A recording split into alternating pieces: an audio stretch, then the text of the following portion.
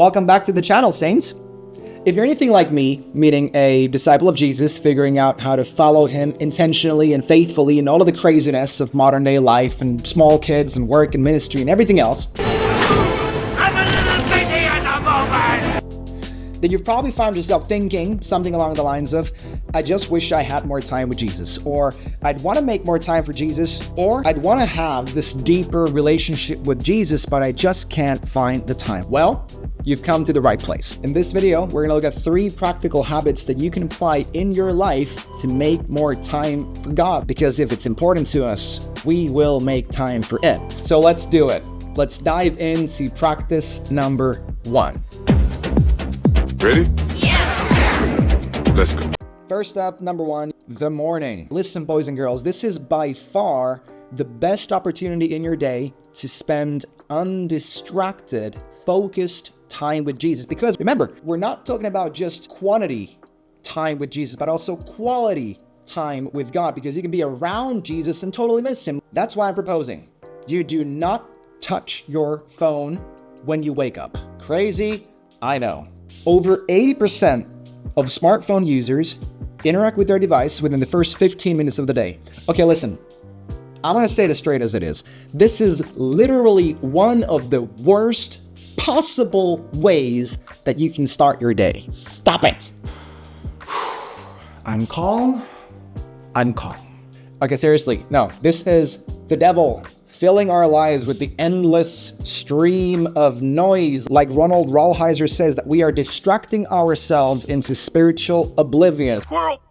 I'm not gonna grab my phone and let the world dictate to me what I should be thinking about. I want God to get to tell me first what my life, my day is about. I want him and his grace and his presence to meet me before all of the demands of this life. So here's what you're gonna do.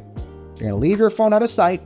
You're gonna leave your Jesus stuff, your physical Bible, your physical journal, somewhere out in the open where it is impossible for you to miss. I'll be right back. Practice number 2. You might think this is weird. Well, I think you're weird. I think it's weird that we even have to have this conversation, but let's have it. How about we all just stop using our phone when we're in the bathroom? Apparently 60% of millennials and over 90% of Gen Z regularly use their phone when they're in the bathroom. And I've personally made this transition in my life permanently, where I am never on my phone when I'm in the toilet. And let me tell you, it might sound silly, but it's actually life-changing, because what happens is it creates all of these little pockets throughout my day. When I realize I don't have my phone with me, I'll ask myself, am I okay? Okay. Am I focusing on what's important right now with my work or in this relationship? And usually, assuming it doesn't smell like someone died in there, I'll just pause for a moment before I leave, and I'll just allow myself to come back in step with the Holy Spirit, so that when I go back into my day, when I go back to my work, that conversation, whatever it is, I'm more present, I'm more engaged again, I'm more aware of where I'm at. This is an incredible practice, and I highly, highly recommend that you implement this.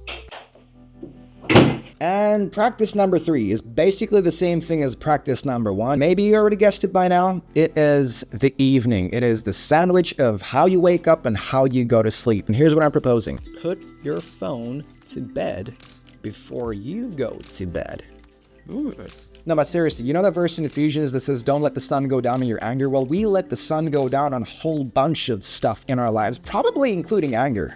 Anger at ourselves, anger at God, anger at our situations, and we just Netflix binge it away and hoping that when we wake up in the morning, we will be all better, and we are not. Look, I've tried to make it a protocol in my own life that I do not carry the anxiety of one day over to the next day, but that I actually end my day well and intentionally and create space at the very end of my day for God to meet me. Just to create this buffer in my life where I am again undistracted by the demands of the rest of my life, because there's a lot of them.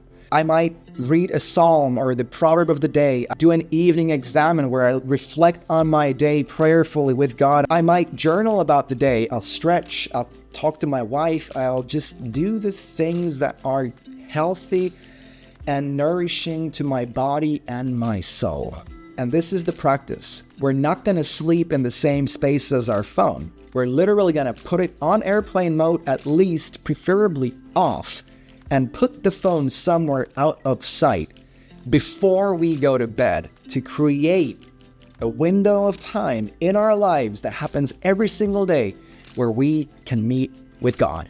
So again, friends, I want to remind you again that time is not found. Time for Jesus is made, and it's made with these practical choices that we make. Meaning that following Jesus really looks like something, and it is worked out in these small decisions in our lives where we choose to live different. Guys, I'd love to hear what practice or habit speaks to you the most. Is there another practice that you have that creates more space for God in your life? I'd love to hear it. Can you drop it down in the comments? And I will see you in the next video. Ciao, ciao. Yeah.